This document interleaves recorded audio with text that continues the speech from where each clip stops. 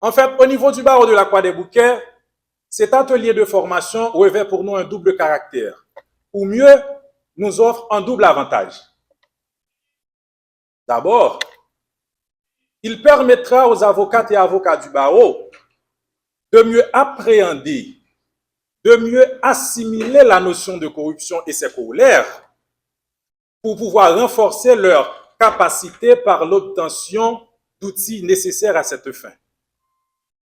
Ensuite, dans la perspective d'une prise de conscience collective à l'issue de cet atelier, il leur permettra d'agir de façon idoine afin de pouvoir participer à la construction d'une société équilibrée axée sur la redevabilité, la transparence et la primauté du droit. En effet, nous voulons mettre l'accent ici ce matin sur le deuxième aspect de la question, à savoir le fait de devoir agir. Parce qu'à notre sens, le savoir n'a d'intérêt que s'il nous permet d'agir. Et en ce qui nous concerne, nous devons agir pour déconstruire cette pensée consistant à assimiler à de la persécution les demandes de compte. Nous devons agir pour déconstruire cette tendance à faire sien le reste communiste, ou mieux, la chose commune, pour ensuite construire dans nos pensées et dans nos actes la normalisation de l'intégrité, de l'honnêteté et de la probité intellectuelle. Notre pays fait face à une crise multidimensionnelle sans précédent. Elle est la résultante d'une gouvernance défaillante, rongée par la corruption, l'avidité, la cupidité, l'immoralité et l'irresponsabilité. Le constat est donc alarmant. L'État a failli à son but primordial qui est de garantir la sécurité.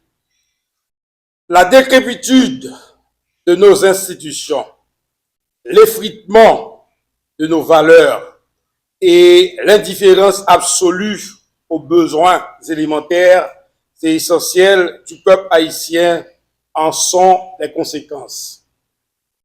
Ceux qui accèdent aux postes de responsabilité n'ont pour la plupart ni conscience citoyenne, ni sens du patriotisme. La course effrénée à la recherche du gain facile remplace la culture du devoir, de l'effort et du résultat. L'éthique et la déontologie ont tendance à disparaître dans la profession d'avocat. Le perfectionnement et la formation continue sont chassés par le primum vivere.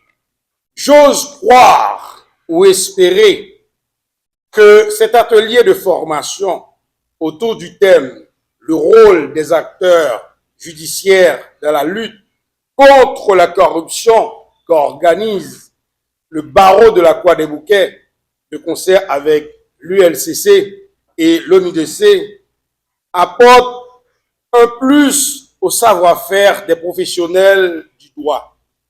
Ainsi, je souhaite une excellente participation à vous tous présents à cette auguste assemblée.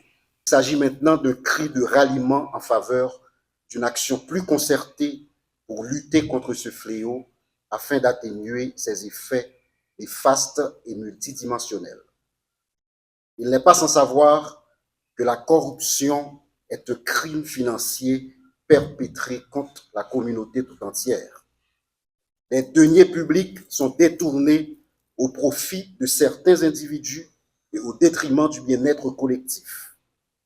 La corruption affaiblit les institutions et freine l'avancement des programmes socio-économiques de base qui pourraient contribuer à une meilleure condition d'existence matérielle de la population haïtienne.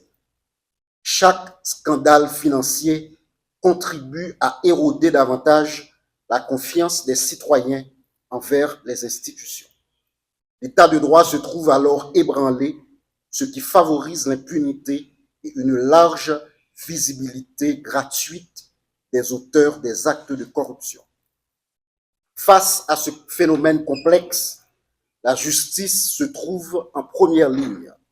De la sorte, en tant que garant de la légalité et des droits fondamentaux, les acteurs judiciaires ont un rôle essentiel à jouer. Leur responsabilité ne se limite pas à appliquer la loi. Ils doivent incarner l'intégrité et aussi l'exemplarité. En effet, il y a de cela quelques années, depuis que l'ULCC, avec le support sans faille de ses partenaires, se lance dans cette dynamique de créer un mouvement d'opinion autour de cette nécessité urgente de mettre en exergue le rôle important des acteurs judiciaires dans la lutte contre la corruption.